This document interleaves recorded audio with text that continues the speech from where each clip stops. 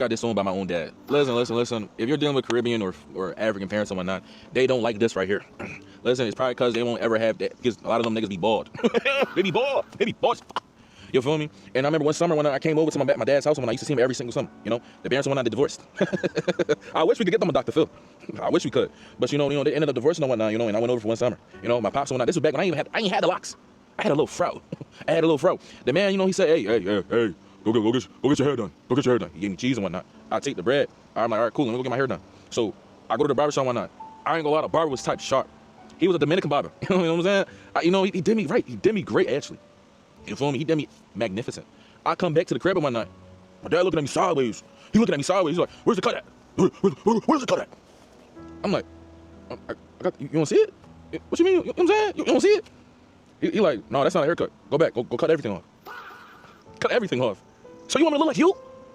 I'm like, fuck no. I'm not doing that shit. What the fuck? I'm not doing that. I told him I'm not cutting it. It triggered the man.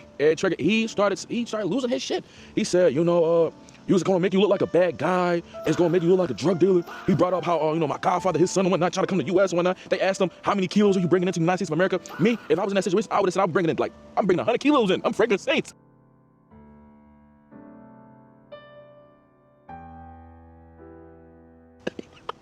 But I guess, we don't all have that sense, all same type of humor. You feel me?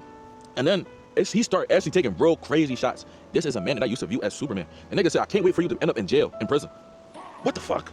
Over here? Over here? I'm like, yo, that actually hurt. It actually hurt hearing that from my own dad. You feel me? So, I was left with two options. Listen to the man and cut my fucking hair, or say fucking no. I said the fuck not.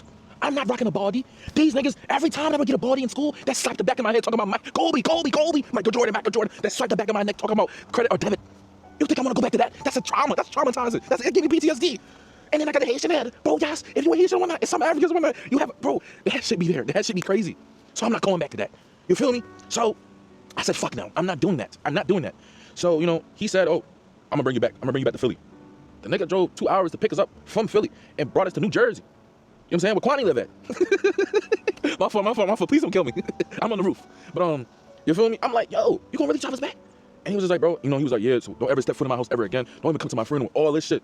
This was actually traumatizing. I'm not even gonna lie to you. I just crack a lot of jokes. We crack jokes about the trauma, yes. But you feel me? The man cut me off over that. This is crazy. And yes, I'm on the fucking roof. You should follow me if you stay to the end of this. I hope it was entertaining. But yeah. Why are you still watching? This is getting a bit freaky. This is not no Diddy party. Please leave, scroll.